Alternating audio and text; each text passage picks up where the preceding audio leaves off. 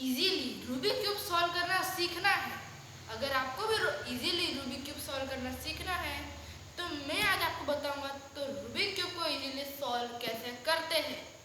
तो आप देख सकते हो मैंने रूबिक क्यूब को अच्छे से पूरी तरीके से मिक्स कर दिया है और अब मैं आपको ये रूबिक क्यूब पहले सॉल्व करके बताने वाला हूँ।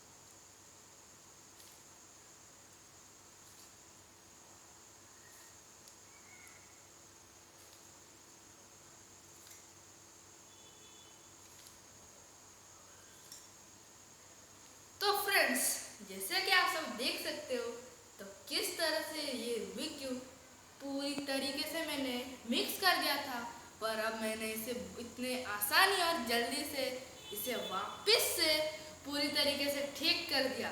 तो अब मैं आपको बताने वाला हूँ तो आखिर मैंने ऐसा किया कैसे। तो मैंने किसी और की वीडियो से ये सीखा है, इसलिए आप भी किसी की वीडियो ढूंढ के खुद सीख लो। Bye, thank you for watching.